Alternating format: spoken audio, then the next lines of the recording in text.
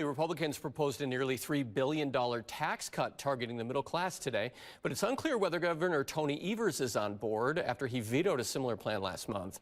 Republicans want to tap the state's projected $4 billion budget surplus to pay for the cut. It would lower the state's third income tax bracket from 5.3% to 4.4%. The co-chair of the Budget Writing Committee says they are giving the governor a, quote, second chance.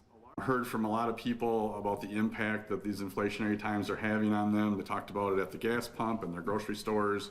There was concern about how much it was going to cost for these normal back-to-school items that are being purchased right now all over Wisconsin.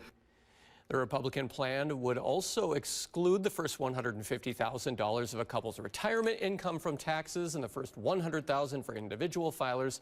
Evers' budget director issued a memo yesterday warning that cutting taxes more than $432 million over the next 2 years could jeopardize about $2.5 billion in federal pandemic relief money the state has received.